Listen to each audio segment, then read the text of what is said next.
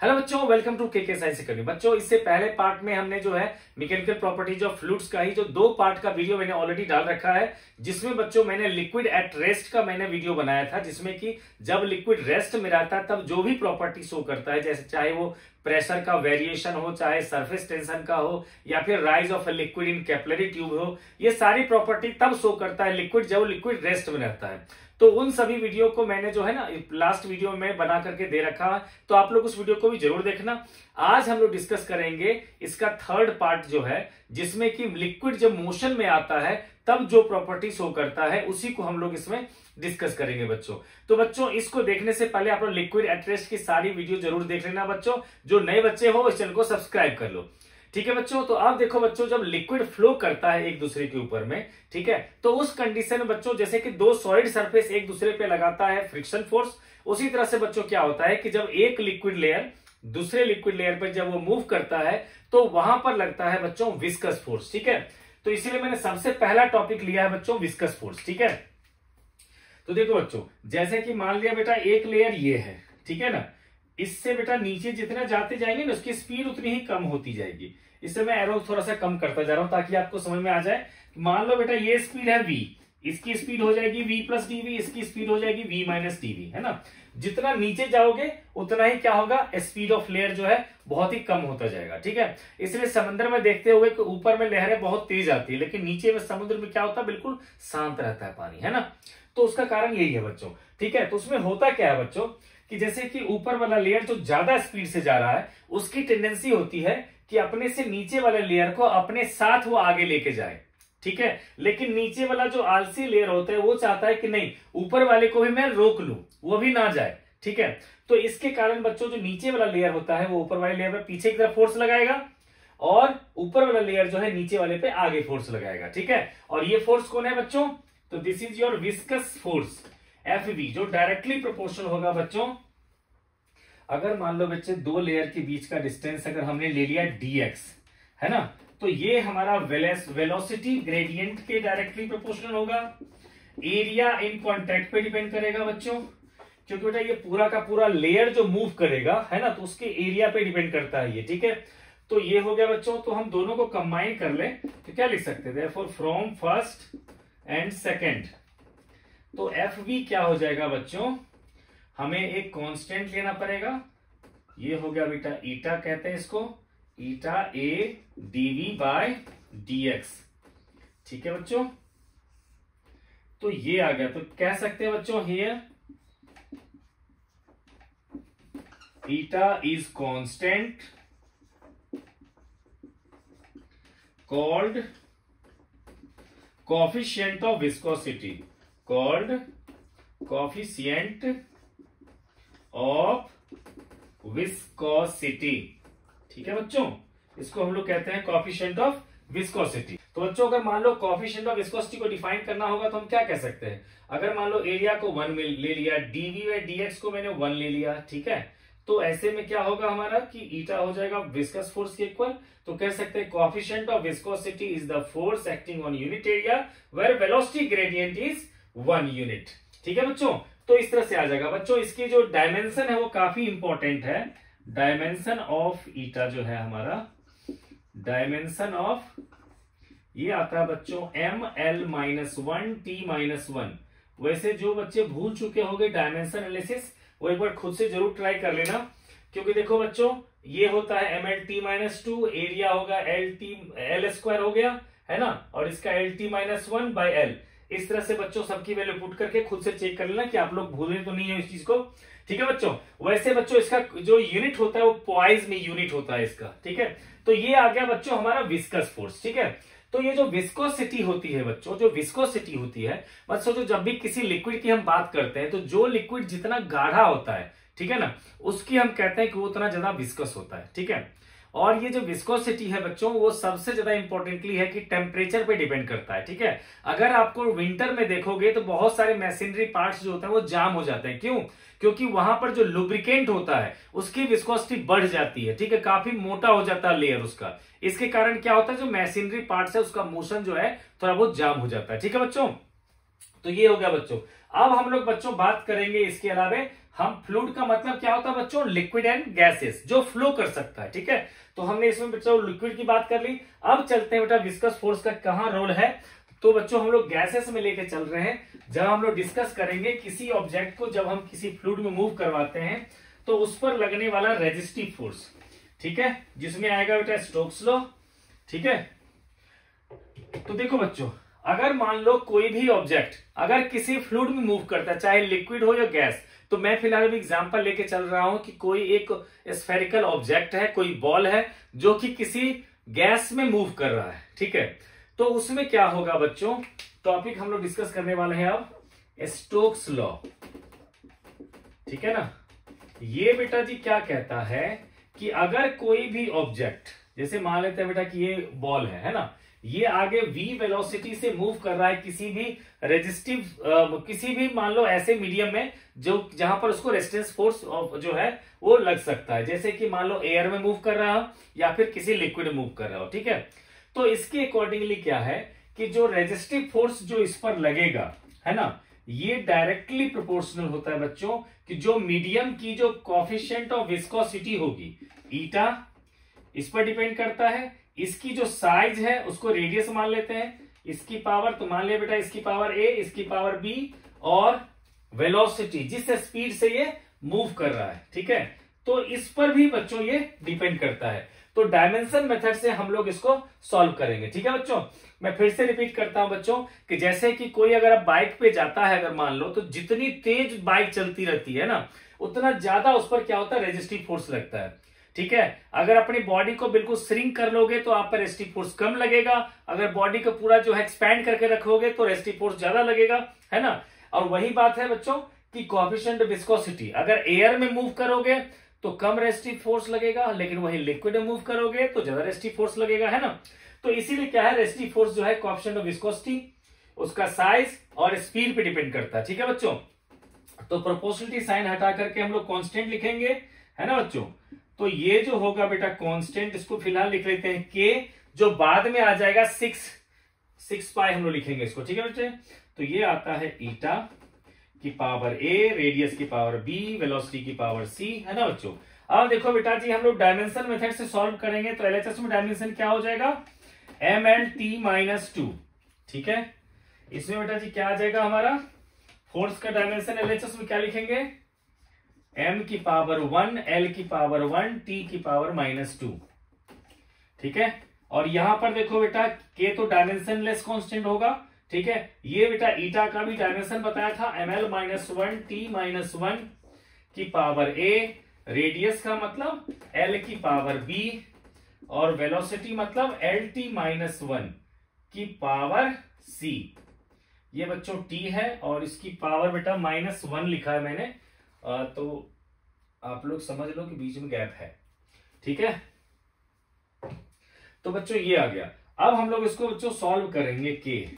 अब देखो बच्चों m सिर्फ अकेला है तो m की पावर a आ गया, l की पावर देखो बच्चों यहाँ पर माइनस है, यहाँ पर b, वहां पर c, तो -a plus b plus c, और t की पावर देखोगे तो क्या आ जाएगा, -a एंड -c।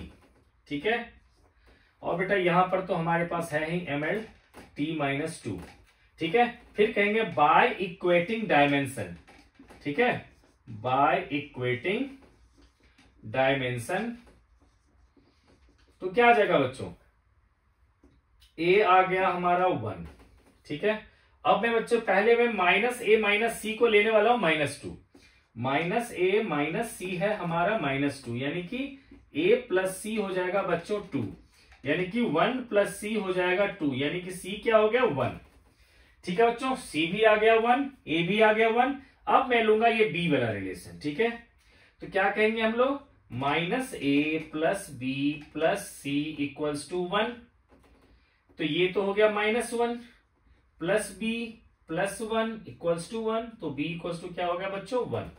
ठीक है, तो इससे बच्चों क्या आ जाएगा, हम लोग कह सकते हैं कि F इक्वल्स टू आ गया हमारा K ईटा R V। ठीक है, फिर कहेंगे experimentally found, experimentally found k equals to बच्चों 6 पाई, है ना बच्चों, k इक्वल्स टू 6 पाई। तो क्या हो जाएगा बच्चों, ये रेजिस्टिव फोर्स क्या हो जाएगा हमारा 6 पाई ईटा आर वी। ठीक है बच्चों, ये बताता है कि जब भी कोई ऑब्जेक्ट जब किसी ईटा वाले विस्कोसिटी वाले जो मीडियम में मूव करता है, ठीक है, विद स्पीड v, तो उस पर जो है रेजिस्टिव फोर्स इस तरह से लगता है। ठीक है बच्चों, तो ये काफी इंपॉर्टेंट डेरिवेशन है बच्चों। ठीक है, तो इसको आप लोग एक बार नोट डाउन करो। अच्छा बच्चों, तो अब हम एक इंपॉर्टेंट टॉपिक डिस्कस करने वाले हैं। ठीक है, उससे पहले आप लोग से कुछ पूछना चाहता हूं। देखो क्या होता है कि जब कोई ऑब्जेक्ट अगर ऊपर से नीचे की तरफ गिरता है तो क्या होता है, जितनी हाइट होता है जब वो ऊपर से नीचे आता है तो उसकी स्पीड उतनी ही ज्यादा होती जाती है। ठीक है, तो देखो कभी कभी जो बारिश में जो ओले पड़ते हैं उसके साइज कभी कभी क्या होते हैं, बड़े बड़े ओले भी पड़ते हैं। ठीक है, तो कभी किसी के सर पे अगर ओले पड़ते हैं तो उसको चोट तो लगता है, लेकिन ऐसा नहीं हो जाता है कि उस इंसान की किसी की जान चली जाए। ठीक है, जबकि आप गेस कर सकते हो बच्चों कि ये जो है क्लाउड्स के अपर लेवल से ये जो है बर्फ बन करके वहां पर, क्योंकि जितना ऊपर जाएगा उतना ज्यादा वो ठंडा होता जाता, तो काफी अपर लेवल से आता होगा। तो मान लेते हैं बच्चों कि ये 10 किलोमीटर जो है ऊपर से जो है ये बादल से वो जो ओला जो है नीचे आता होगा। ठीक है, आपको पता है बच्चों कि कोई भी चीज की स्पीड जो होती है h डेप्थ से जब h हाइट से जब नीचे गिरता है तो उसमें क्या होता है, स्पीड हो जाता है √2gh। तो अगर बच्चों यहां पर अगर आप लोग रिलेशन लगा के देखोगे लगभग, तो ये आपको लगभग 300 मीटर पर सेकंड के अराउंड जो है आपको लगभग आ जाएगा। ठीक है, जबकि बुलेट की स्पीड 200-250 मीटर पर सेकंड होती है। ठीक है, तो अब सोचो आप लोग, अगर मान लो उस बुलेट की रफ्तार से ज्यादा रफ्तार से अगर वो ओला गिरता तो फिर क्या होता, किसी भी इंसान की जान चली जाती, या जब किसी गाड़ी के ऊपर गिरता तो गाड़ी में होल करता हुआ चला आता वो, है ना। लेकिन ऐसा नहीं होता है। ठीक है, क्योंकि क्या होता है कि आप देखते हो अगर ओला पड़ता भी है तो हल्का फुल्का चोट लगता है। ठीक है, तो क्यों ऐसा होता है, क्योंकि बच्चों क्या होता है कि जब वो ऊपर से नीचे गिरने लगता है, ठीक है, तो स्टार्टिंग में उसकी स्पीड बढ़ती जाती है, फिर बाद में उसकी स्पीड कांस्टेंट हो जाती है। ठीक है, और उसी फाइनल कांस्टेंट स्पीड से वो नीचे की तरफ आता है। ठीक है, तो क्या होता है कि जब भी कोई भी ऑब्जेक्ट, ठीक है ना बच्चों, जैसे कि मान लिया मैंने स्फेरिकल ऑब्जेक्ट ले लिया, ठीक है, कि जब वह ऊपर से नीचे आता है, ठीक है, तो उसका वेट बच्चों नीचे की तरफ लगता है। ठीक है, उस पर बच्चों जो बाइंड फोर्स है वो ऊपर लगेगा, जो रेजिस्टिव फोर्स है वो भी उस पर ऊपर की तरफ लगेगा। ठीक है, क्योंकि रेजिस्टिव फोर्स हमेशा मोशन के अगेंस्ट लगेगा। ठीक है, और बाइंड फोर्स होता है बच्चों, जिस भी फ्लूइड में अगर आप जाते हो तो वहां उस पर आप पर बाइंड फोर्स लगता है। ठीक है, इसके लिए डिटेल में होता है आर्किमिडीज प्रिंसिपल, जो सिलेबस से हटा हुआ तो मैंने उसको डिस्कस नहीं किया। ठीक है बच्चों, और ये है बच्चों वेट। ठीक है, तो स्टार्टिंग में क्या होता है बच्चों कि वेट ज्यादा होता है और बाइंड फोर्स और रेजिस्टिव फोर्स क्या होता है, कम होता है। ठीक है, तो जे एक इसके कारण क्या होता है, स्पीड बढ़ती जाती है इसकी। ठीक है, जितना एक्सेलरेशन बढ़ता जाएगा तो उसके कारण स्पीड भी बढ़ती जाएगी। लेकिन आपको पता है कि रेजिस्टिव फोर्स जो है वो डिपेंड करता है स्पीड पर, जितना ज्यादा स्पीड होगा उतना ज्यादा रेजिस्टिव फोर्स भी बढ़ता जाएगा। ठीक है, तो ये कांस्टेंट था, ये कांस्टेंट था, लेकिन ये बढ़ता जा रहा था। ठीक है, तो एक ऐसे स्पीड पर आते आते क्या हुआ कि रेजिस्टिव फोर्स और बाइंड फोर्स का सम जो है वो वेट को बैलेंस कर लिया। ठीक है, अब उसके बाद क्या हुआ कि नेट फोर्स लगना बंद हो गया। तो तब तक जितनी स्पीड आ चुकी थी उसी फाइनल स्पीड से कोई भी ऑब्जेक्ट अब नीचे गिरेगा। ठीक है, तो हम कह सकते हैं the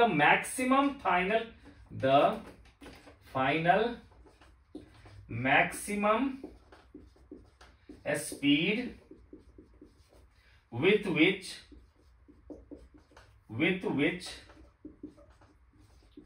any object fall in viscous medium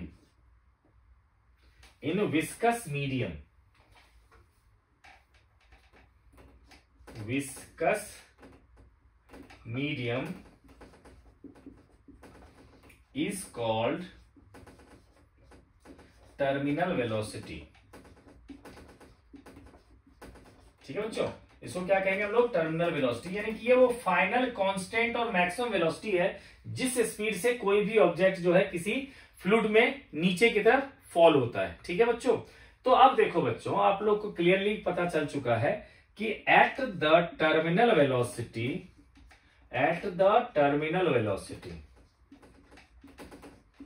हम लोग का बच्चों क्या हुआ था, वो ऊपर वाले लगने वाले फोर्स नीचे वाले फोर्स इक्वल हो गए थे, यानी कि bind force plus resistive force equal हो गया था बच्चों वेट का, है ना। तो अब देखो बच्चों, बाइंड फोर्स का जो फॉर्मूला होता है ये होता है बच्चों वॉल्यूम ऑफ, जिस भी वॉल्यूम में जो है, जब किसी फ्लूइड में कोई ऑब्जेक्ट अगर जो है डूबता है या इमर्ज्ड होता है, तो उसमें जितना वॉल्यूम उसका इमर्ज्ड होता है that into density of liquid into G होता है। ठीक है बच्चों, तो यहां पर आएगा बेटा वॉल्यूम इमर्ज्ड, ठीक है, immersed into density of liquid into g plus resistive force आप जानते हो 6 पाई ईटा आर वी, है ना। वी को मैं टर्मिनल वेलोसिटी के लिए वीटी लिख लेता हूं, और दैट इक्वल्स टू होगा बच्चों इसका वेट। तो वेट क्या होता है, एम जी। तो एम को मैं लिख सकता हूं volume, total volume into density of solid into G, ये होगा बच्चों मास इंटू जी। ठीक है, तो अब क्या होता है बच्चे, जो फ्लूइड में जब कोई जो मोशन करता है तो पूरा का पूरा वो इमर्ज रहता ही है वो, तो हम इस पूरे इमर्ज्ड वॉल्यूम को हम इस वॉल्यूम के बराबर हम लोग ले लेते हैं। ठीक है, तो ये वॉल्यूम हो जाएगा बच्चों 4/3 पाई आर का क्यूब, और डेंसिटी ऑफ फ्लूइड मैंने ले लिया बच्चों ये sigma, that into G 6 pi eta R V T equals to आ जाएगा बच्चों 4/3 pi R cube into density of solid into G. ठीक है बच्चों, अब क्या कर सकते हैं बच्चों, हम इस पोर्शन को उस तरफ भेज देंगे, तो क्या हो जाएगा 6 pi eta R V T equals to हो जाएगा बच्चों 4/3 पाई आर क्यूब, कॉमन ले लिया तो रो माइनस सिग्मा इंटू जी, है ना बच्चों। अब देखो बच्चों, पाई से ये पाई कैंसिल हो जाएगा, ठीक है, 4 में हो जाएगा 2 2 जा, और ये हो जाएगा 2 3 जा, और ये 3 चला जाएगा नीचे। यहां एक रेडियस की पावर 1 है, रेडियस की पावर 3 है, उससे कैंसिल होके बचेगा ये। तो मैं बच्चों डायरेक्टली रिलेशन लिख देता हूं कि टर्मिनल वेलोसिटी आ जाएगा 2/9 eta R square rho minus sigma into G. ठीक है बच्चों, तो यहां पर रो कह सकते हैं बच्चों, rho is the density of object, density of object जो कि मूव कर रहा है, और सिग्मा क्या है, डेंसिटी ऑफ मीडियम, जिस मीडियम में वो मूव करता है। ठीक है बच्चों, ये हो गया। ठीक है, तो अगर मान लो बच्चों, इसका एक चीज और देखो आप लोग, है ना, कि यहां पर रेडियस का क्या है, स्क्वायर है। ठीक है, यानी कि छोटा अगर ओला जो ऊपर से गिरता है, ठीक है, अगर वो अगर 2 मीटर पर सेकेंड के स्पीड से अगर आपसे टकराएगा, तो फिर उसका जो डबल रेडियस वाला होगा वो फिर क्या होगा, उसका लगभग 4 टाइम यानी कि 8 मीटर पर सेकेंड की स्पीड से फिर आपसे टकराएगा। ठीक है, तो जितना बड़ा साइज का होगा उतनी ज्यादा स्पीड से आएगा। ठीक है बच्चों, पहली बात तो ये हो गई। दूसरी बात बच्चों, ये कोएफिशिएंट ऑफ विस्कोसिटी है ना, तो अगर मान लो कोई लिक्विड में मूव करेगा, है ना, जैसे लिक्विड में उसकी स्पीड देखो, लिक्विड के लिए क्या होगा, कोएफिशिएंट ऑफ विस्कोसिटी बहुत ज्यादा होगा, है ना, तो वहां पर उसकी स्पीड बहुत ही कम होगी, यानी कि वहां पर बिल्कुल धीरे धीरे धीरे धीरे कोई चीज जाएगा। ठीक है, और एयर में क्योंकि उसकी विस्कोसिटी कम होगी तो वहां पर फिर वो तेजी से जाएगा वो। ठीक है बच्चों, इसके अलावा एक चीज और ध्यान रखो, अगर रो माइनस सिग्मा की वैल्यू नेगेटिव हो जाए, ये कब होगा, जैसे कि मान लो पानी में कोई एयर बबल उठता है, ठीक है, आपसे पूछा जाएगा कि जब हर एक चीज नीचे ही जाता है तो एयर बबल पानी में ऊपर क्यों जाता है, तो आप वहां पर कहोगे कि ये एयर बबल के लिए जो एयर होगा उसकी डेंसिटी हम रो लेंगे, और ये सिग्मा होगा डेंसिटी ऑफ वाटर, है ना, तो ऐसे में ये क्या होगा, ये कम है ये ज्यादा है, तो ये वैल्यू क्या होगा, नेगेटिव, तो इसलिए उसको नीचे जाने के बजाय फिर वो क्या होगा, वो ऊपर जाएगा। ठीक है बच्चों, तो ये हो गया बच्चों टर्मिनल वेलोसिटी। अब बच्चों इसके आगे हम लोग चलते हैं बच्चों, बर्नौलिस थ्योरम की तरफ चलेंगे हम लोग। ठीक है, तो अब देखते हैं बच्चों आगे, देखो बर्नौलिस थ्योरम जो है बच्चों, उसमें थोड़ा सा स्ट्रीमलाइन का कंसेप्ट आता है, तो चलो स्ट्रीमलाइन भी डिस्कस कर लेते हैं। ठीक है, स्ट्रीमलाइन फ्लो और टर्बुलेंट फ्लो।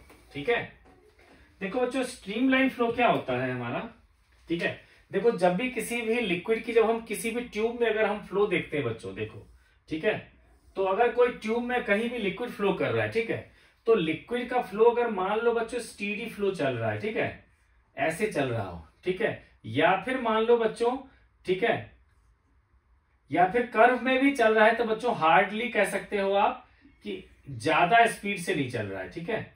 तो ये सब टाइप का जो मोशन होगा बच्चों, ये होगा हमारा स्ट्रीम लाइन, ठीक है। लेकिन अगर कभी ऐसा हो जाए बच्चों कि ये कभी ऐसा ऐसा घूम रहा हो, जाते जाते ऐसे चल के जा रहा है, तो ये होता है टर्बुलेंट फ्लो, ठीक है। तो टर्बुलेंट फ्लो होता है बच्चों जिसमें क्या होता है कि ये बार बार जो है वॉल ऑफ जो ट्यूब होता है उससे टकराता रहता है। लेकिन स्ट्रीम लाइन में क्या होता है कि इसके वॉल से ये ना के बराबर ही उसका कोलिजन होता है, ठीक है बच्चों। तो स्ट्रीम लाइन फ्लो जो है बच्चों, ठीक है, ये हमारे लिए ज्यादा जो है किसी ट्यूब की लेंथ के लिए, और ट्यूब की सॉरी किसी भी ट्यूब की अगर लाइफ की बात करें तो ज्यादा तब तक रहेगी जब तक कि स्ट्रीम लाइन फ्लो करता रहेगा, ठीक है बच्चों। और देखो बच्चों इसके साथ साथ बहुत कुछ रिलेटेड है एक दूसरे से, जिसमें एक टर्म आ जाएगा रेनॉल्ड्स नंबर, एक टर्म आएगा बच्चों क्रिटिकल वेलोसिटी। तो सबको बच्चों एक बार पहले मैं एक्सप्लेन कर लेता हूं, फिर मैं सबको डिटेल में जाऊंगा, ठीक है बच्चों।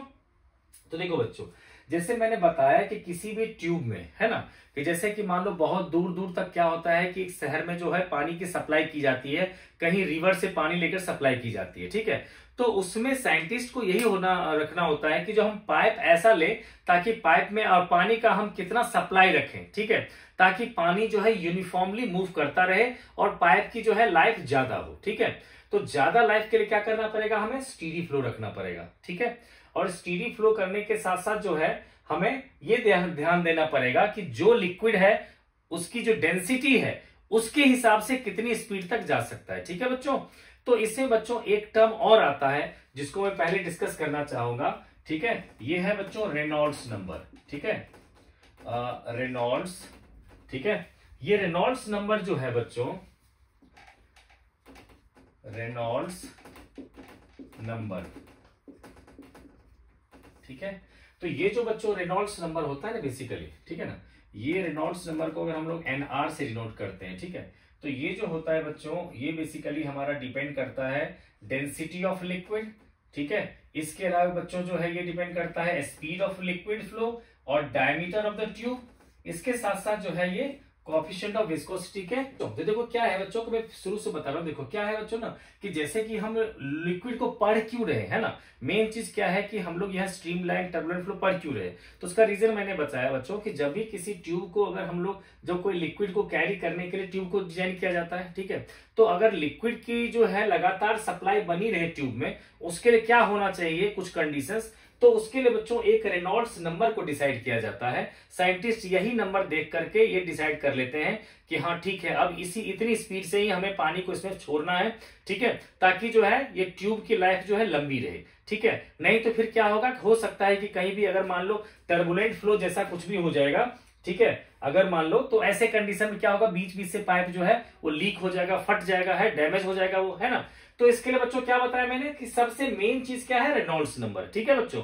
तो सारी चीजों को मैं इसी से लिंक करता हूं, ठीक है बच्चों।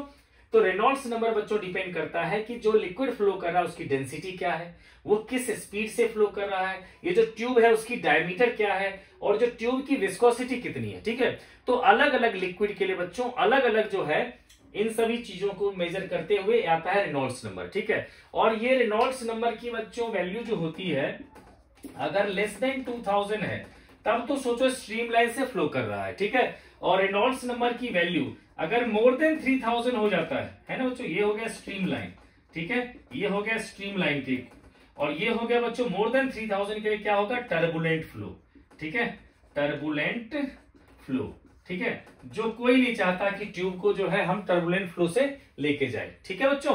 तो ये सारा चीज होता है। इसमें बच्चों ये जो V लिखा है मैंने, यहां पर V है हमारा, इसको कहते हैं क्रिटिकल वेलोसिटी, ठीक है, क्रिटिकल वेलोसिटी, ठीक है ना। ये वो मैक्सिमम वेलोसिटी है कि जिसके ऊपर जो है टर्बुलेंट हो जाता है स्पीड, ठीक है, स्पीड ऑफ फ्लो हो जाएगा टर्बुलेंट। डी है बेटा जी डायमीटर ऑफ द ट्यूब, ठीक है, डी है हमारा डायमीटर ऑफ ट्यूब, है ना।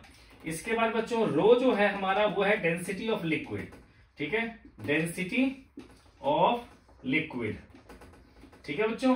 और ईटा क्या है हमारा, coefficient of viscosity, coefficient of viscosity, ठीक है बच्चों। तो अब आप लोग को बच्चों पता चल गया होगा कि हमें जो है ये स्ट्रीमलाइन टर्बुलेंट पढ़ना क्यों पड़ता है। ठीक है बच्चों, तो यही चीज है बच्चों कि हम लोग अब स्ट्रीमलाइन पर ही फोकस करेंगे। ठीक है बच्चों, तो अब देखो बच्चों, स्ट्रीमलाइन को बेसिकली जो है अब अलग से ट्यूब से हटा करके मैं इसको अलग से दिखाता हूं कि स्ट्रीमलाइन फ्लो होता क्या है।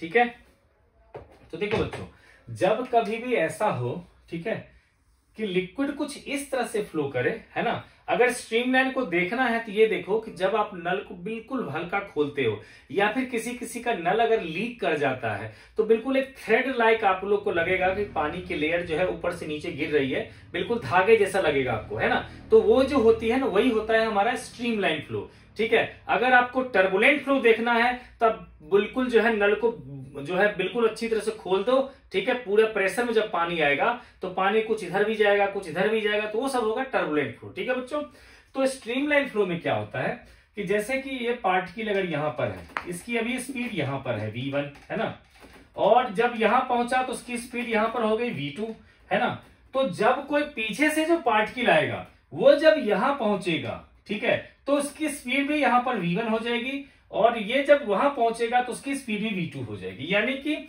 हर एक पार्टिकल जो उसमें अपने से आगे जाने वाले पार्टिकल को 100% फॉलो करता है, ऐसे स्पीड को कहते हैं हम लोग, ऐसे स्पीड ऑफ फ्लो को कहेंगे हम लोग स्ट्रीमलाइन फ्लो। ठीक है बच्चों, तो हम लोग स्ट्रीमलाइन फ्लो को कैसे लिखेंगे बच्चों? स्ट्रीमलाइन फ्लो लिखेंगे the type of flow, the types of flow where particles of liquid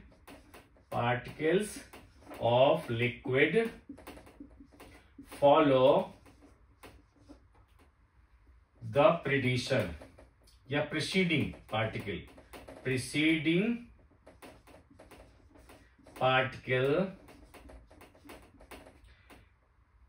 particle in speed and direction at any point of path। ठीक है बच्चों, मतलब ये इस टाइप का फ्लो होता है जिसमें क्या होता है कि हर एक पार्टिकल अपने से पहले जाने वाले पार्टिकल की जो स्पीड है और उसकी जो डायरेक्शन है किसी उस पाथ के किसी एक पॉइंट पर, उसको वो 100% फॉलो करता हुआ चलता है। इसको कहते हैं हम लोग स्ट्रीमलाइन फ्लो। ठीक है बच्चों, अगर बच्चों यही स्ट्रीमलाइन फ्लो अगर लेयर में फ्लो करेगा, यानी कि पूरा का पूरा लेयर अगर स्ट्रीमलाइन के साथ फ्लो करेगा तो उसको कहेंगे हम लोग लैमिनर फ्लो। ठीक है, अगर उसी तरह से कोई ट्यूब में अगर ये पूरी स्ट्रीमलाइन के साथ फ्लो करेगा तो उसको कहेंगे ट्यूब ऑफ फ्लो। तो बच्चों ये ध्यान रखना, ट्यूब ऑफ फ्लो में क्या होता है कि स्ट्रीमलाइन से मूव तो करता है, लेकिन जो सेंटर पे होगा, अगर मैं ट्यूब की बात करूं बच्चों, ठीक है, तो ट्यूब में क्या होता है बच्चों, जो बीच में होता है वहां पर सबसे ज्यादा स्पीड होती है, और उससे जब ऊपर जाओगे तो स्पीड कम, उससे और ऊपर जाओगे तो स्पीड कम, और ऊपर जाओगे स्पीड कम। ठीक है, तो इसी तरह से बच्चों क्या होता है, जितना इसमें नीचे जाओगे सेंटर से उतनी स्पीड कम होते होते फाइनली क्या होता है। तो इसीलिए कभी कभी ये क्वेश्चन पूछा जाता है कि जो डर्टी वाटर ले जाने वाली पाइप होती है उसके वॉल पे जो है डर्ट क्यों चिपक जाता है, तो वहां पर आप कहोगे कि क्योंकि विस्कस फोर्स के कारण जितना हम दूर जाएंगे सेंटर से उतना जो क्या है स्पीड उसकी कम होती जाती है। ठीक है, और यानी कि वॉल पे जाकर स्पीड नियरली 0 हो जाती है, इसलिए सारा डर्ट यहाँ पर चिपक जाता है। ठीक है बच्चों, तो ये हो गया स्ट्रीमलाइन फ्लो, ये हो गया टर्बुलेंट फ्लो। ठीक है बच्चों, इसमें बच्चों इसी स्ट्रीमलाइन फ्लो टर्बुलेंट फ्लो की बाउंड्री को हम लोग क्रिटिकल वेलोसिटी भी कहते हैं। तो critical velocity is the maximum velocity of the streamline flow, और उसके बाद अगर कोई भी वेलोसिटी होगी तो वो हो जाएगा टर्बुलेंट। ठीक है बच्चों, ये क्लियर हो गया। अब चलते हैं बच्चों, जो सबसे ज्यादा इंपॉर्टेंट टॉपिक है वो है हमारा बर्नौलीज थ्योरम। तो देखो बच्चों, अब हम लोग डिस्कस करने वाले हैं बर्नौलीज प्रिंसिपल। देखो बच्चों, यहां पर मैंने डेफिनेशन जो है एक बुक का ले दिया है और एक शॉर्टकट में भी आप लोग को दे दिया है। ठीक है, ताकि इजिली आप लोग समझ सको। ठीक है बच्चों, तो देखो बच्चों, यहाँ बुक की लैंग्वेज यही है कि बर्नौलीज प्रिंसिपल बेसिकली क्या कहता है कि for the streamline flow of an ideal liquid the sum of total energy, जिसमें potential energy, kinetic energy, pressure energy per unit mass remain constant at every cross section throughout the flow. ठीक है, और मैंने इसको बच्चों shortcut में आप लोग को समझने के लिए लिखवाया है कि for the ideal liquid flowing sum of pressure energy, potential energy and kinetic energy per unit mass remains constant. ठीक है बच्चों, तो आप सीधा सीधा ये समझ लो कि जब भी कोई लिक्विड कहीं भी फ्लो करता है, ठीक है, तो उस कंडीशन में उसका sum of pressure energy, potential energy, kinetic energy जो है पर यूनिट मास हमेशा कांस्टेंट होगा। यही बर्नौलीज प्रिंसिपल जो है कहता है। अब हम इसको प्रूव करते हैं। ठीक है बच्चों, तो देखो इसका प्रूफ जो है बच्चों काफी इंपॉर्टेंट है आपका, ठीक है, और इसका एप्लीकेशन भी काफी इंपॉर्टेंट है। तो पहले बच्चों इसको हम लोग प्रूफ करते हैं, फिर इसके एप्लीकेशंस देखेंगे ढेर सारे। ठीक है, तो देखो बच्चों इसका प्रूफ लेते हैं। तो बच्चों देखो इस डायग्राम को मैंने क्या किया है कि एक ट्यूब लिया है जिसकी मान लो बच्चों यहाँ पर जो है लिक्विड जो एंटर कर रहा है वो V1 स्पीड से है, और यहाँ पर प्रेशर है P1। जो प्रेशर जो है यहाँ पर वो वहां के प्रेशर से ज्यादा है। ठीक है, यहाँ पर हाइट ऑफ लिक्विड फ्लो ले लिया मैंने H1, ठीक है ना बच्चों, और वहां पर H2। ठीक है, तो ऐसे में मैं कहूंगा कि work done by pressure energy जो होगा हमारा वो आएगा gain in potential energy plus gain in kinetic energy. तो हम लोग क्या लिखेंगे बच्चों कि work done by pressure energy, work done by pressure energy, work done by pressure energy बच्चों आप लोग लिख लोगे। ठीक है, pressure energy, pressure energy equals to होगा बच्चों gain in potential energy plus gain in kinetic energy.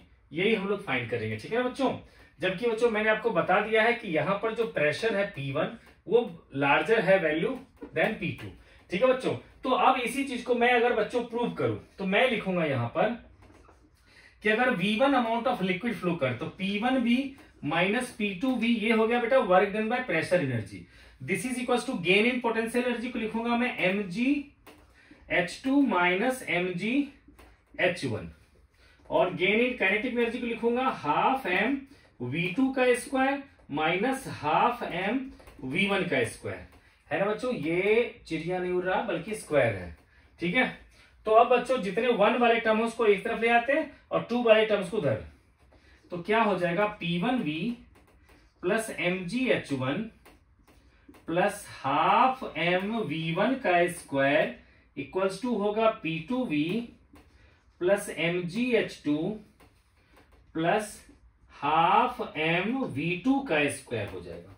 ठीक है बच्चों, तो ये आ गया बच्चों हमारा, ये सारे एनर्जी हो गए। ठीक है, अब हमें क्या करना है बच्चों, मास से सबको डिवाइड करना। ठीक है, तो बच्चों मैं इसको मैं रब कर देता हूं क्योंकि नीचे स्पेस नहीं है ज्यादा। ठीक है, तो देखो बच्चों अब क्या करेंगे, जो प्रेशर एनर्जी था, पोटेंशियल एनर्जी था, काइनेटिक एनर्जी था, सबको हम लोग मास से डिवाइड करके दिखा देंगे कि ये कांस्टेंट आ जाएगा। ठीक है, तो बेटा जी इसके बाद में यहां पर कंटिन्यू करेंगे, तो लिखाएंगे dividing both sides, dividing both sides by mass. तो बच्चे ये जो था P1V बाय मास है ना, या ऐसा कर लेते हैं बच्चों कि देखो ये सारा चीज हमारा एक कांस्टेंट आ गया है ना। देखो P1V plus mgH1 plus half mv square, तो ये P2V mgH2, तो हम लोग ऐसा करते हैं PV plus mgH plus half mv square को कांस्टेंट लिख लेते हैं। ठीक है, तो थोड़ा सा और एक स्टेप हमारा छोटा हो जाएगा ये। ठीक है, क्योंकि बच्चों जैसे मान लो P1 V1 इक्वल टू अगर P2 V2 होता तो कहते हैं PV इक्वल टू कांस्टेंट है ना। इसी तरह देखो सारे 1 वाले टर्म यहाँ पर सारे 2 वाले टर्म्स, तो हम लोग क्या करेंगे बच्चों। ठीक है, तो फिर कह सकते हैं हम लोग, फिर क्या कहेंगे हम लोग कि therefore PV plus mgH plus half mv square आ गया हमारा कांस्टेंट। ठीक है, अब कहेंगे dividing both side by mass, dividing both sides by mass, तो क्या होगा बच्चों PV by mass mgH by mass plus half mv square by mass, ये भी क्या होगा बच्चों कांस्टेंट बाय मास, तो अनदर कांस्टेंट है ना। तो अब इससे क्या आएगा बच्चों, है ना, देखो बच्चों मास को क्या कहते हैं वॉल्यूम इनटू डेंसिटी, तो ये आ जाएगा हमारा प्रेशर बाय रो, प्लस देखो m से m कैंसिल हो गया तो बचा क्या GH। ठीक है, प्लस यहां पर आ गया हमारा V स्क्वायर बाय 2, ये क्या हो गया बच्चों कांस्टेंट, और यही हमें प्रूव करना था। ठीक है बच्चों, तो हमने प्रूव कर लिया कि ये हमेशा क्या होगा, कांस्टेंट होगा। ठीक है, तो अब बच्चों क्या है कि इसका हमें एप्लीकेशन जो है करना है। ठीक है बच्चों, तो देखो बच्चों इसकी एप्लीकेशन जो है काफी जो है इंटरेस्टिंग भी है ना। तो देखो बच्चों मैं इसको फर्दर जो है और सिंप्लीफाई कर लेता हूं।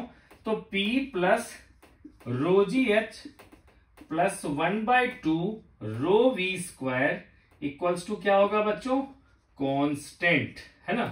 तो इस रिलेशन को बच्चों में यूज करके जो है बाकी सारे जो है ढेर सारे एप्लीकेशंस मैं करने वाला हूं। ठीक है बच्चों, तो अब मैं इसको भी ऊपर वाले को पोर्शन को मैं हटा देता हूं। ठीक है, ताकि हम लोग डिस्कस कर सकें। अब बताओ बच्चों आप लोग कि जो एरोप्लेन जो है टेक ऑफ करने से पहले वो रनवे पे दौड़ क्यों लगाता है, कोई बता सकते हो? तो देखो बच्चों क्या होता है कि जब भी कोई एरोप्लेन जब रनवे पे दौड़ता है तो क्या होता है उसके साथ, ये देखते हैं। मान लेते हैं बच्चे कि एरोप्लेन का डिजाइन कुछ इस तरह से है। ठीक है, तो जितनी भी हवा होती है ज्यादातर इधर से निकल जाती है, क्योंकि उसका डिजाइन इस तरह से होता है। ठीक है, आगे इस तरह से झुका हुआ रहता है उसका नोज, ताकि ज्यादातर हवा क्या होता है ऊपर से निकल जाता है। ठीक है, और नीचे से हवा ना के बराबर ही निकलता है। ठीक है बच्चों, तो क्या होगा बच्चों कि अभी आप लोगों ने पढ़ा है कि P plus rho g h plus half rho v square equals to क्या होगा, कांस्टेंट। ठीक है बच्चों, तो ऐसे में बच्चों देखो जब हम एरोप्लेन की बात करते हैं, ये है एरोप्लेन का विंग्स, है ना। ठीक है, तो जब एरोप्लेन जब वहां पर उड़ रहा होगा तो मैं जस्ट विंग्स के ऊपर जो है ना एरोप्लेन के जस्ट ऊपर और नीचे की बात कर रहा हूं। ठीक है, तो ये हाइट नियरली मान के चलेंगे बच्चों कांस्टेंट ही है ना। तो बच क्या गया हमारा, P plus 1/2 rho v square क्या रह गया हमारा, कांस्टेंट। ठीक है, तो अब इससे क्या पता चल रहा है कि जहां पर स्पीड ज्यादा होगा वहां प्रेशर क्या होगा, कम। ठीक है बच्चों, तो देखो जब एरोप्लेन काफी तेजी से जब रनवे पे जाता है तो यहां हवा की स्पीड बहुत ज्यादा हो जाती है, तो इसके कारण यहां प्रेशर क्या हो जाएगा, लो प्रेशर। ठीक है ना बच्चों, और यहां हो जाएगा लो प्रेशर, और जो नीचे जो होती है हवा की नॉर्मल स्पीड होती है, ठीक है, तो उसके कारण क्या होता है बच्चों, यहां पर होता है हाई प्रेशर, हाई प्रेशर होता है। ठीक है, तो हाई प्रेशर होगा तो हाई प्रेशर से लो प्रेशर की तरफ क्या होगा, इसके विंग्स जो होते हैं काफी मजबूत होते हैं, क्योंकि इसी विंग्स में जो है इसके जो इतने फ्यूल वगैरह होते हैं फिल्ड होते हैं। ठीक है, तो इस विंग्स पर क्या करता है वो कि ये जो प्रेशर डिफरेंस का जो थ्रस्ट लगाता है ऊपर की तरफ, ठीक है, जिसके कारण एरोप्लेन को जो है जितनी भी वेट है ना, उस वेट को बैलेंस करने के लिए ये प्रेशर डिफरेंस क्रिएट करता है। जितना उसका ज्यादा वेट होगा उतना ज्यादा उसको प्रेशर डिफरेंस चाहिए। ठीक है, ताकि pressure difference into area of the wings, उसी से उसका वेट बैलेंस होगा। ठीक है, तो उतना ज्यादा प्रेशर डिफरेंस के लिए उतनी ज्यादा स्पीड चाहिए। ठीक है, तो जो हल्की प्लेन होती है उसको कहते हैं छोटा रनवे ही चाहिए। क्यों, क्योंकि कम दूर पे ही उतनी स्पीड उसको मिल जाएगी। लेकिन जो बोइंग A380 वाला जो प्लेन है जो काफी जो 500 लोगों को झेल जा सकता है, उसको बहुत बड़ा रनवे चाहिए, क्योंकि बहुत ज्यादा वेट को बैलेंस करना है, इसलिए बहुत ज्यादा स्पीड चाहिए। ठीक है बच्चों, तो आप इसको समझ सकते हैं, इसको हम कह सकते हैं लिफ्ट ऑफ एरोप्लेन। ठीक है ना, तो this is the topic of lift of aeroplane, है ना। ठीक है बच्चों, तो समझा दिया आपको लिफ्ट ऑफ एरोप्लेन का रीजन क्या है। तो आप कहोगे लिफ्ट ऑफ एरोप्लेन, बच्चों अगर पूछेगा what is the reason for the lift of aeroplane, ठीक है, तो आप इसमें यही बताओगे कि while running on the runway the upper portion of the aeroplane has higher air speed. Due to higher speed the pressure is low, but below the aeroplane the speed of air is normal, that's why there is a high pressure. Then this pressure difference creates the thrust to upward which lift the aeroplane. ठीक है बच्चों, तो ये किसके basis पर, तो ये भी बर्नौलीज थ्योरम के बेसिस पे। ठीक है ना बच्चों, यानी कि अब आपके दिमाग में सेट हो गया कि सर जहां स्पीड ज्यादा होगी वहां प्रेशर कम होगा अकॉर्डिंग टू बर्नौलीज प्रिंसिपल। ठीक है, तो जब भी बच्चों कोई भी स्टेटमेंट देना तो उसमें स्टार्ट यही करना आप लोग कि according to Bernoulli's principle P plus half rho v square equals to constant for the same level, for same level, ताकि हम हाइट को हम इग्नोर ना कर सकें। ठीक है बच्चों, तो ये क्लियर हो गया। ठीक है, तो अब आता है बच्चों दूसरा आता है हमारा, ठीक है, सेकंड आता है बच्चों मैग्नस इफेक्ट, ये भी काफी इंपॉर्टेंट है, ठीक है। तो मैग्नस इफेक्ट क्या होता है? तो मैग्नस इफेक्ट में देखो बच्चों, आप जैसे देखते होंगे बच्चों कि चाहे श्रीलंका का मुरलीधरन हो या फिर इंडिया का जो हरभजन सिंह हो, वो क्या करता है, स्पिनिंग जब करता है बॉल को, तो जब बॉल को ऐसे घुमा के फेंकता है, ठीक है, तो बॉल क्या होता है, हवा में जाती है सीधे, ताकि बैट्समैन को लगे कि बॉल सीधे आएगी, लेकिन हवा में ही क्या करता है, वो टर्न ले लेता है, ठीक है। इसी को क्या कहते हैं हम लोग, ऑफ स्पिन या फिर लेग स्पिन, ठीक है ना। तो ये जो स्पिनिंग ऑफ बॉल होता है बच्चों, ठीक है, ये क्यों होता है, ठीक है, मतलब ये जो बॉल जो है हवा में टर्न क्यों ले लेती है, स्पिन तो करवा के ही भेजता है, मतलब बॉल को घुमा के भेजता है वो, लेकिन हवा में जाने के बाद क्या होता है वो, कि हवा की डायरेक्शन आगे जाने के बाद वो या तो राइट टर्न ले लेता है या फिर वो लेफ्ट टर्न ले लेता है, ठीक है बच्चों। तो ये ऐसा क्यों होता है आज आप लोग भी समझ जाओगे, ठीक है। तो देखो बच्चों, जब भी कोई बॉल जब भी आगे जाएगा, है ना, तो क्या होगा बच्चों कि जिस हवा को वो चीरते हुए अंदर जा रहा है, ठीक है, तो वो जो जगह फिर वो खाली करता जाएगा, तो वो हवा क्या करेगा, उस जगह को ऑक्यूपाई करने के लिए नीचे की तरफ आएगा, है ना बच्चों। मतलब वो जो जगह छोड़ता जाएगा उसको ये हवा जो है फिर आकर के वो गेन करता जाएगा, ठीक है। अभी तक क्या है, बॉल सीधा सीधा जा रहा है, ठीक है, ठीक है, यानी कि ये फास्ट बॉलर का कंडीशन है, जब बॉल आगे सीधे जा रहा है, ठीक है। अब देखो बच्चों क्या है कि बॉल को हमने करवा दिया स्पिन, ठीक है, यानी कि बॉल जो है बच्चों यहां पर ऐसे घूम रहा है, यहां पर ऐसे घूम रहा है, यहां पर ऐसे घूम रहा है ना, मतलब इस तरह से बच्चों जो है ये जो है बॉल हमारा ऐसे घूम रहा है, ठीक है। मेरे ख्याल से आप लोग समझ गए होंगे, ठीक है। अगर बच्चों हमने क्या किया है, इस बॉल को स्पिन करवा रहे हैं, ठीक है, तो क्या होगा, ठीक है। तो ये बच्चों मैं ऐसे लिख देता हूं, ठीक है। तो यहां पर देखो बच्चों, मेनली मुझे इस दो पॉइंट को लोकेट करना है।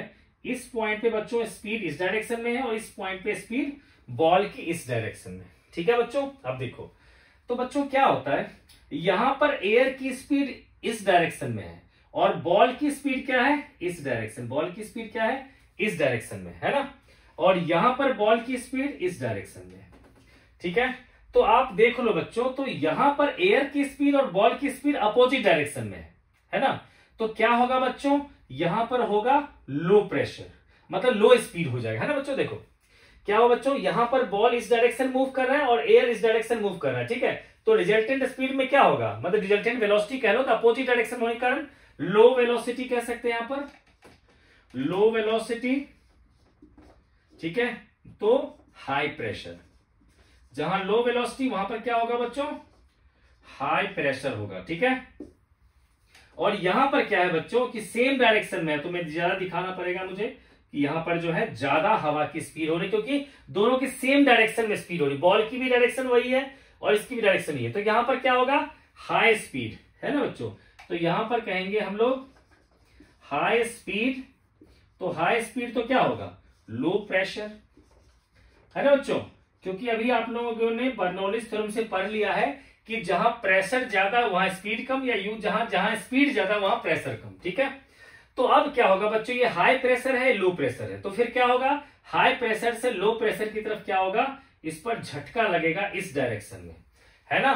तो बॉल जो जा रहा था ऐसे, वो ऐसे टर्न कर जाएगा हवा में, ठीक है बच्चों। तो इसी को कहते हैं हम लोग कि स्पिनिंग ऑफ बॉल। मेरे ख्याल से बच्चों क्लियर हो गया होगा। कुछ डाउट होगा बच्चों तो कमेंट सेक्शन में जरूर पूछना, ठीक है बच्चों। इसके अलावा बच्चों जो डेली लाइफ होती है लोगों की, है ना, उसमें बच्चों इसका एप्लीकेशन एक है कि जो हार्ट अटैक वगैरह जो होता है ना, आर्टरीज ब्लॉक हो जाते हैं, उसमें भी बर्नौलीज प्रिंसिपल जो है वो समझाता है इस चीज को, ठीक है। जिसमें क्या होता है बच्चों कि जैसे कोलेस्ट्रॉल लेवल बढ़ता है ट्यूब में, है ना, तो देखो बच्चों हार्ट अटैक का रीजन क्या होता है मैं थोड़ा सा समझाता हूं। देखो बेटा, ये है हमारा आर्टरी जिसमें ब्लड है नॉर्मली फ्लो करता जाता है, ठीक है, ब्लड जो है फ्लो कर रहा था, ठीक है। अब क्या हुआ कि जब कोलेस्ट्रॉल लेवल आपका बढ़ने लगा, ऊपर में ट्यूब में बढ़ने लगा कोलेस्ट्रॉल लेवल, तो इससे क्या होगा कि ट्यूब की एरिया कम हो गई, है ना। पहले बच्चे मान लो ये एरिया थी, है ना, इस एरिया में ब्लड फ्लो कर रहा था। अब क्या हो गया कि उस ट्यूब की जो है ना, ये आर्टरीज को ब्लॉक, कोलेस्ट्रॉल लेवल ज्यादा इकट्ठा हो गया, है ना, वॉल पे, है ना। इसके कारण बच्चों क्या होगा कि ब्लड की जो एरिया जो है फ्लो करने वाली स्पीड, एरिया जो है वो क्या हो गया, कम हो गया, है ना। तो यहां पर एरिया कम हो गया, यहां पर एरिया ज्यादा था, मान लो A1 ज्यादा था, A2 कम हो गया, है ना। तो बच्चों आप जानते हो इक्वेशन ऑफ कॉन्टिन्यूटी, एक आप लोगों ने अभी पढ़ा होगा, मैंने बता रखा है इक्वेशन ऑफ कॉन्टिन्यूटी, है ना, जिसके हिसाब से बच्चों क्या है कि जब भी कोई भी फ्लूइड किसी भी पाइप के थ्रू जाता है, ठीक है, तो उसमें क्या होता है बच्चों कि हम कह सकते हैं मास ऑफ लिक्विड एंटरिंग पर second, mass of liquid entering पर सेकेंड। बच्चों मैं इसी टॉपिक पे आ रहा हूं, ठीक है, लेकिन ये चीज थोड़ा सा शायद मिस हो गया था, तो मैं इसको कर देता हूं। मास ऑफ लिक्विड एंटरिंग पर सेकेंड इक्वल्स टू होगा मास ऑफ लिक्विड एमर्जिंग पर सेकेंड, है ना, लिक्विड एमर्जिंग पर सेकेंड, है ना। तो इसका मतलब क्या होगा बच्चों कि area into velocity into density of liquid जो एंटर करते वक्त है, और area into velocity into density, density same है लिक्विड का, हटा दो, तो क्या होगा A1V1 इक्वल्स टू क्या होगा बच्चों A2V2। बच्चों मैं इस पर वापस आ रहा हूं, जस्ट 1 मिनट बस आप लोग को बताता हूं मैं कि A1V1 इक्वल्स टू हो गया A2V2। ये बच्चों रिलेशन लाने के लिए मैंने इसको समझाया, ठीक है, कि जब भी किसी ट्यूब से कोई लिक्विड फ्लो करता है तो एरिया इंटू वेलोसिटी होता है बच्चों कांस्टेंट। तो बच्चों इससे क्या पता चल रहा है हमारा कि स्पीड जो है वो एरिया ऑफ क्रॉस सेक्शन, जितना ज्यादा होगा area of cross section speed उतना कम, और जितना कम होगा एरिया ऑफ क्रॉस सेक्शन उतना ज्यादा स्पीड, ठीक है बच्चों। तो वापस हम लोग आते हैं इस पर। तो क्या होता है बच्चों, जब कोलेस्ट्रॉल जमा हो जाता है ट्यूब की वॉल पे, है ना, तो उसके कारण क्या होता है कि वॉल जो है ना काफी छोटा हो जाता है, ठीक है, यानी कि एरिया उसका कम हो जाएगा। तो जब एरिया कम होगा तो क्या होगा, यहाँ पर ब्लड की स्पीड का फ्लो जो है बहुत ज्यादा बढ़ जाता है, ठीक है। तो यहां पर जब बच्चों स्पीड बढ़ जाएगा इसके ब्लड का फ्लो का, ठीक है, तो प्रेशर क्या हो जाएगा, कम। तो बाहर प्रेशर नॉर्मल है, अंदर प्रेशर कम है, तो क्या होगा कि बाहर से अंदर की तरफ क्या होगा, एक प्रेशर लगेगा, जिसके कारण क्या होगा कि ट्यूब यहां पर हो सकता है ये ब्लॉक हो जाए, है ना। तो इसलिए डॉक्टर्स क्या करते हैं, उसमें एक रिंग लगा देते हैं यहाँ पर, जहां जहां भी उनको दिखता है वो कि कहां पर ये जो है ऐसा पॉसिबिलिटीज है कि ज्यादा जो है, जैसे मान लो जहां ज्यादा स्पीड होगा वहीं पर ज्यादा जो वो इकट्ठा हो सकता है, वहां पर वो बंद हो सकता है, वहीं पे आर्टरीज ब्लॉक हो सकती है। तो जहां जहां भी चांसेस होता है वहां एक रिंग लगा देते हैं, मेटल के रिंग, ताकि ये कॉन्टिन्यूसली ये चलता रहे, ठीक है बच्चों। तो ये था बच्चों हमारा जो है एक अनदर एप्लीकेशन। तो देखो बच्चों अब जो है सबसे ज्यादा इंपॉर्टेंट जो एप्लीकेशन इसका वो है टॉरिसेलिस लॉ।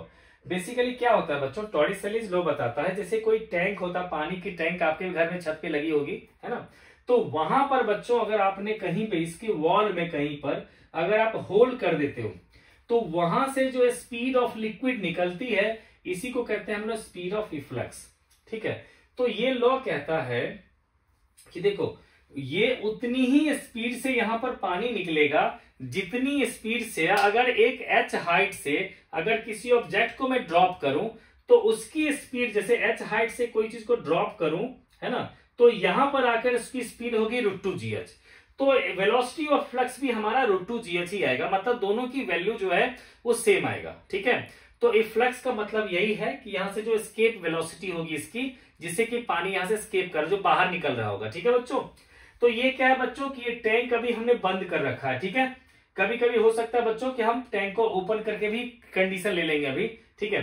तो अभी देखो बच्चों हम लोग 2 पॉइंट ले लेते हैं बेटा, ऐसा करते हैं, इस पॉइंट को ले लेते हैं बच्चों Q, और इस पॉइंट को बेटा सिर्फ समझाने के लिए लिख ले रहा हूं मैं R, ठीक है, कि यहां पर जो है बेटा ये देखो ये जो है ना पॉइंट, इसको मैं R ले लेता हूं, ठीक है, जहां पर से बेटा पानी निकल रहा है ना, इस पॉइंट को मान लो समझाने के लिए R ले रहा हूं, वैसे डायग्राम जरूरी नहीं है, ठीक है।